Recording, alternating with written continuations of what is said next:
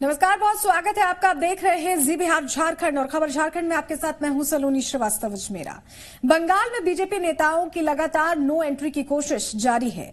झारखंड के कद्दावर नेता और पूर्व मुख्यमंत्री अर्जुन मुंडा को अब बंगाल में सभा करने से रोका गया। इसके बाद राजनीति फिर से गर्म हो गई है।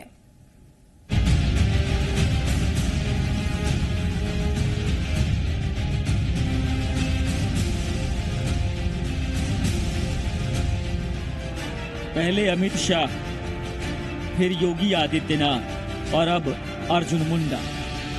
बंगाल के सीएम ममता बनर्जी ने इनकी राह किसी न किसी कारण से रोकने की कोशिश की। योगी आदित्यनाथ तो अपनी राह आसान कर चुके, झारखंड के रास्ते बंगाल में दाखिल हुए और हुंकार भी भरी।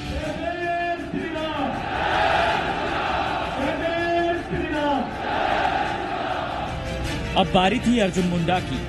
बांकुड़ा में अर्जुन मुंडा की सभा होनी थी, लेकिन उन्हें रैली की परमिशन नहीं मिली।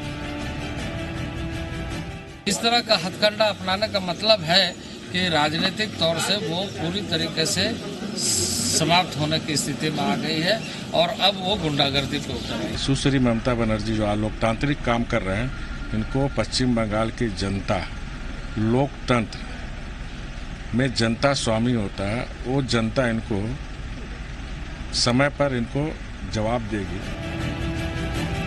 यानी ममता के फिर वही तेवर, जाहिर है दीदी तेरा ये तेवर पुराना। बंगाल के सुश्री ममता बनर्जी की सरकार भारतीय जनता पार्टी से कभी तक घबराए हुए है और जमीन में उनका जनाधार समाप्त हो चुका है। निश्चित रूप से इस तरह की हथकंडा को अपना रही है, गुंडागिरी पर उतर आई है। इसका राजनीतिक तरीके से भारतीय जनता पार्टी जवाब देगी। कहावत है ना, विनाश काले विपरीत बुद्धि। तो अब ममता बनर्जी का विनाश आ चुका है और इसीलिए इस तरह के व्यवहार कर रहे हैं। तल्ख मिजाज की ममता अपने पावर के हर तरीके का इस्तेमाल कर रही है। अभिव्यक्ति की स्वतंत्रता पर यह ममता का हमला नहीं, मौलिक अधिकार पर हमला क्यों? विरोधियों को क्यों सभा करने से रोक रही है ममता?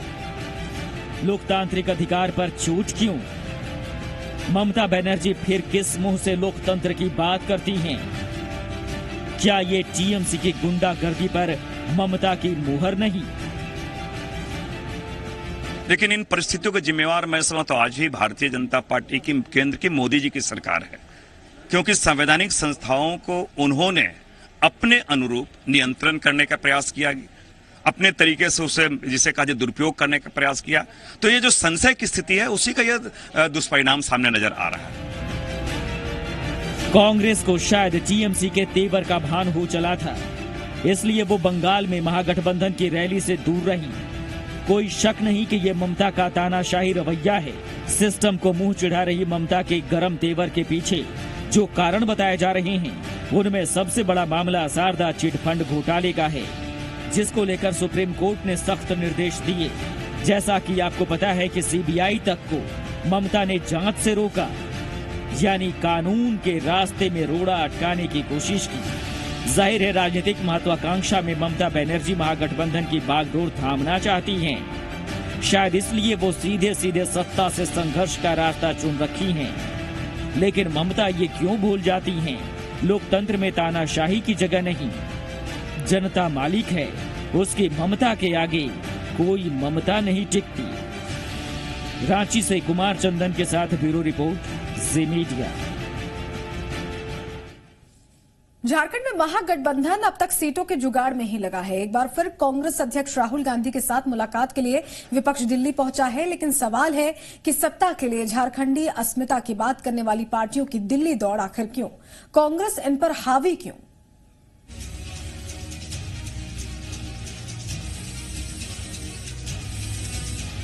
बीजेपी से मुकाबले के लिए झारखंड की क्षेत्रीय पार्टियां कांग्रेस की मोहताज बन गई हैं। कांग्रेस कई बार घुड़की दे चुकी है, लेकिन हैरानी की बात है कि राजनीतिक घुड़कियों को भी दरकिनार कर एक बार फिर कांग्रेस अध्यक्ष राहुल गांधी के पास नेता पहुंचे। दिल्ली में जमे रहे और कांग्रेस अध्यक्ष राहुल गांधी इन्हें बुलाकर खुद ओडिशा के कालाहांडी में अपनी राजनीतिक जमीन बनाते रहे। सरकार के सामने खड़े होकर कहते हैं हम भी इस देश में रहते हैं, हमारी भी इस देश में जगह होनी चाहिए। क्योंकि ये गठबंधन कोई नए नहीं होंगे। 2014 के पार्लियामेंट के चुनाव में भी गठबंधन हुए थे। देश भर में, चाहे हमारे राज्य में हो चाहे दूसरे राज्य में, ये जो घटिया किस्म के राजनीतिक जमघट हो रहे हैं, इस पर जनता को कोई आस्था नहीं है। बुरा तो लगा होगा, लेकिन इधर देर सवेर मुलाकात की आस लगी रही। सियासी जमीन बनानी है तो कुछ कुछ सहना ही पड़ेगा। सारे महागठबंधन के दलों के प्रमुख नेताओं की आज बैठक है। जो खाका बना है उस पर निर्णय लेने का जो विचार होगा उस पर भाग लेने के लिए वो गए हैं, और जब बहुत जल्दी ही सारी सीटों पर फैसला हो जाएगा। जो राष्ट्रीय स्तर पे भी बातें हो रही है, फिर क्षेत्र और भी हमारे जो इंचार्ज है उनके स्तर पे बातें होंगी, जिससे का जो होमवर्क हम लोग कर लें ताकि कल को हम लोग सही तरीके से उसको आपस में कोई संशय की स्थिति ना हो। हम लोग चाहते हैं कि भारतीय जनता पार्टी को हम रोकने के लिए एक मजबूत गठबंधन बने। इसी के तहत आज बैठक होने जा रही है।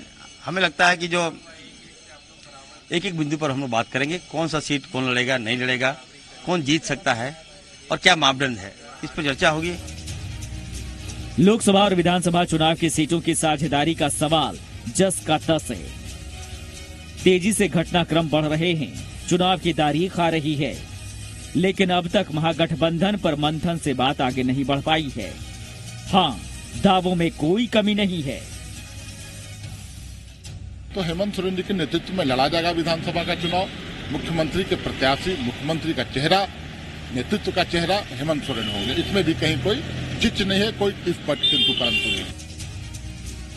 विपक्षियों के दिल्ली दौड़ पर बीजेपी की भी नजरें हैं, साथ में क्षत्रिय दलों को उसकी नसीहत भी। तो मुझे नहीं लगता कि ये सारी चीजें होने जा रही हैं, और कांग्रेस हेमंत को लोकसभा चुनाव में सिर्फ यूज करेगी और विधानसभा चुनाव में दूध से मक्खी की तरफ फेंक देगी निकाल। सवाल है कि मुलाकात मजबूरी बन गई है या फिर महागठबंधन। बातें झारखंड की, बातें आदिवासी अस्मिता की, बातें जल जंगल और जमीन की। जनाधार भी कांग्रेस से कहीं बड़ा, फिर कमान कांग्रेस के हाथ में क्यों? जेएमएम, जेवीएम समेत अन्य झारखंडी विचारधारा की पार्टियों पर कांग्रेस हावी क्यों? रांची से कामरान और कुमार चंदन के साथ ब्यूरो रिपोर्ट, जी मीडिया। और चलिए बात करेंगे झारखंड विधानसभा की। आज सदन में बीजेपी विधायक सत्येंद्र नाथ तिवारी ने अपने प्रश्न के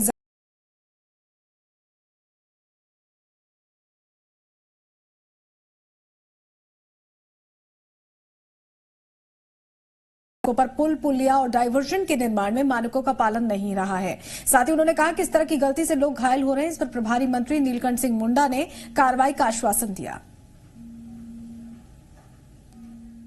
कलवर्ट जब बनता है, ब्रिज बनता है अध्यक्ष महोदय, प्रॉपर डाइवर्सन उसमें नहीं होता है, इसलिए आए दिन दुर्घटनाएं घटित होते रहती हैं अध्यक्ष महोदय। उदाहरण गढ़वा का इसलिए दे रहा हूं कि वहीं से आता हूं, वहीं से बिलोंग करता हूं। अब आप जानिए रहे, गढ़वा दुनिया के, इंडिया के सबसे गरीब जिला से भी आते हैं। पाटिल कंस्ट्रक्शन स्पेसिफिक नाम बता रहे हैं अध्यक्ष महोदय, NH 75 बनाया, प्रॉपर डाइवर्सन नहीं बनाया, कलवर्ट गड़ा खोद दिया, साल भर बाद उसका कलवर्ट बनाया, 100 निरीह गरीब लोगों का उसमें जान चला गया अध्यक्ष महोदय। पीएलएफआई ने बच्चों को भी अपने नापाक मंसूबों के लिए भर्ती कर रखा है। पिछले दिनों नक्सलियों के खिलाफ कार्रवाई में जिस नक्सली को जिंदा पकड़ा गया था वो नाबालिग निकला। परिजन परेशान हैं, उन्हें उसके नक्सली होने की भनक तक नहीं थी।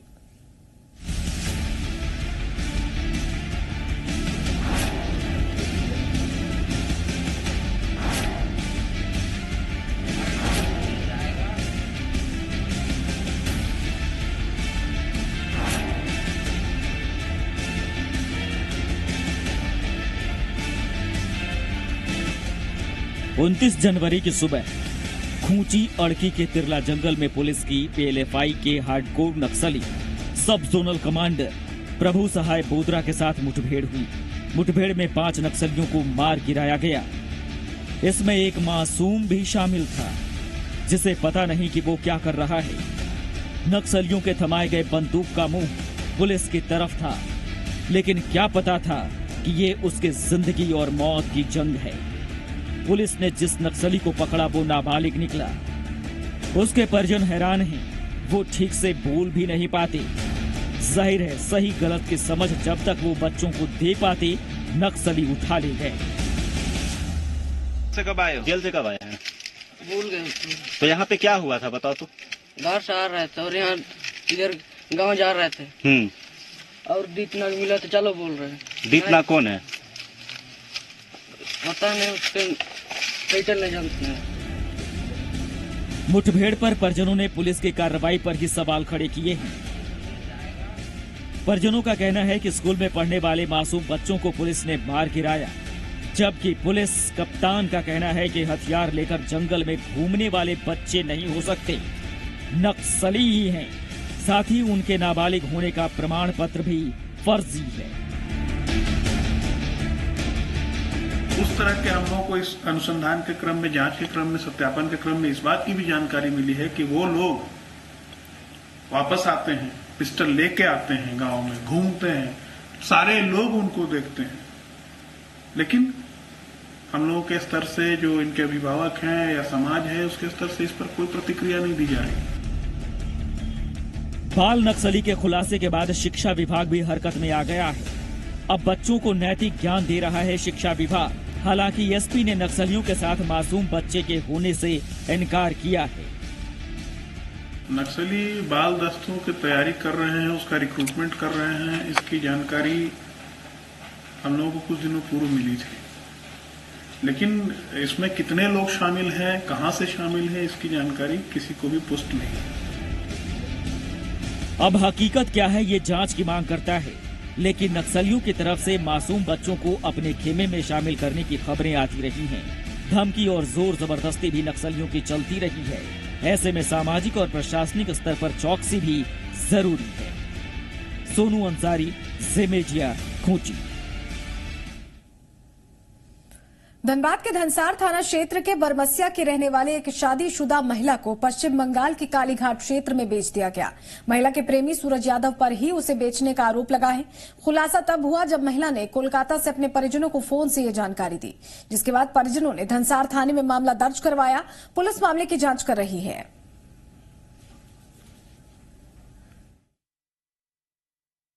मामला ही ऐसा, हमारा लड़की को तो उठा लिया है, अपहरण कर लिया है। अब कहाँ दिया है नहीं दिया है, सूरज यादव है नाम। अच्छा। अब आप लड़की वहाँ से फोन अभी की है कि बोलिए पापा हमको बचा लीजिए, सूरज नाम का लड़का हमको बेच दिया है कलकत्ता कालीघाट तरफ। लड़की गायब होने की सूचना उसे परिजन के द्वारा हम लोगों को मिली है। सूरज यादव पर आरोप लगा रहे हैं कि वो लड़की कहीं ले जाकर के छुपा के रखे हुए, या फिर संभावना है कि उसको कहीं दूसरे के पास दे दिया है। आवेदन दिया गया है, हम लोग कांड दर्ज कर अनुसंधान कर रहे हैं। लड़का को हम लोग हिरासत में लेकर पूछताछ करेंगे। मध्य प्रदेश के शहडोल में हुए कार हादसे में जमशेदपुर के रहने वाले 2 तीरंदाजों की मौत हो गई। हादसा बुढ़ार थाना क्षेत्र के कटकोना में हुआ। मौत की खबर मिलने के बाद दोनों खिलाड़ियों के परिजन शहडोल के लिए रवाना हो गए हैं। हादसे में जान गंवाने वाले खिलाड़ियों का नाम जसपाल सिंह है और शरद सुरेन है। दोनों खिलाड़ी राज्य के लिए गोल्ड मेडल भी जीत चुके थे।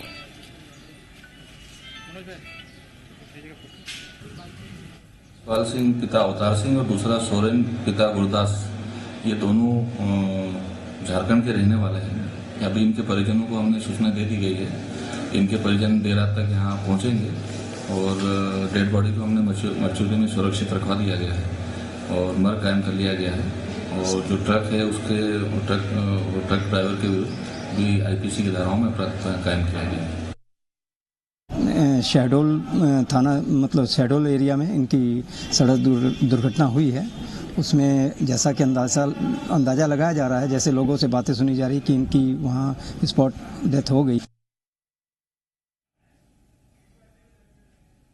रांची में आज आंदोलन और प्रदर्शन का दिन रहा। झारखंड राज्य एनआरएचएम, एएनएम, जीएनएम अनुबंध कर्मचारी संघ ने आज नेपाल हाउस का घेराव किया और 12 साल से काम करने के बावजूद अब तक नियमित नहीं किए जाने का मुद्दा उठाया।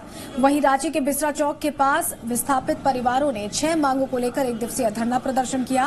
प्रदर्शनकारियों ने अपनी जमीन वापस करने और जमीन पर बसे गांवों को राजस्व ग्राम का दर्जा देने, अनुसूचित जनजाति आयोग की रिपोर्ट को अमल करने जैसी मांगे मुख्य थीं। एचईसी हटिया स्थापित परिवारों ने झारखंड में अनुसूचित जाति जनजाति आयोग की रिपोर्ट पर अमल करने की भी मांग रखी।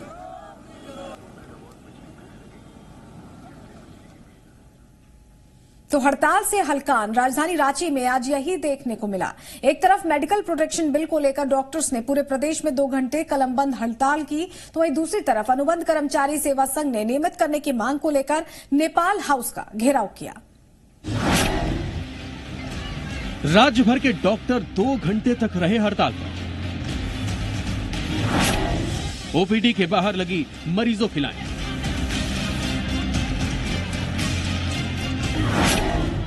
किसी ने मरीजों की नहीं ली सुनी। अनुबंध कर्मचारी संघ का हल्ला बोल। झारखंड में भी मेडिकल प्रोटेक्शन एक्ट बिल को पास करने को लेकर डॉक्टरों ने 2 घंटे की कलमबंद हड़ताल की, जिससे मरीजों को काफी मुश्किलों का सामना करना पड़ा। इलाज के लिए मरीज गिड़गिड़ाते रहे। डॉक्टरों ने हड़ताल खत्म होने के बाद ही इलाज करने का हवाला दिया, लेकिन प्रबंधन ये दावा करता रहा कि हड़ताल का कोई असर नहीं है। मैं डॉक्टरों से बात करूंगा, ये उनका निर्णय है। अगर कलमबद्ध हड़ताल करने का, उनसे निर्णय करूंगा कि उसके अवधि बीतने के बाद वो सारे मरीज को देख के जाए।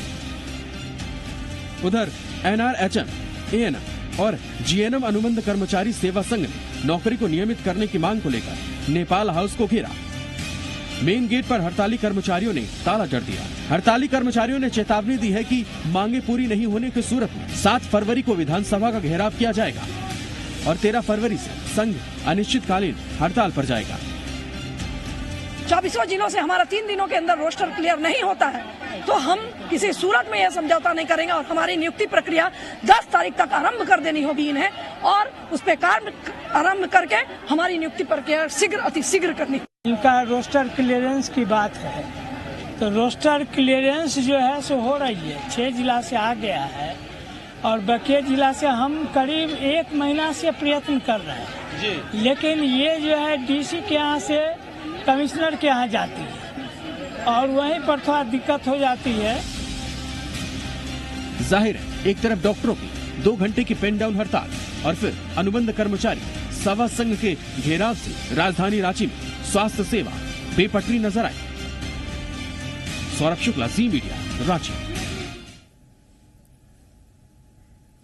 घर घर अनाज पहुंचाने की डाकिया योजना से आम लोगों की परेशानी जस की तस बनी हुई है। बताया जा रहा है कि ट्रांसपोर्टर की लापरवाही की वजह से लाभुकों को अनाज नहीं मिल पा रहा है।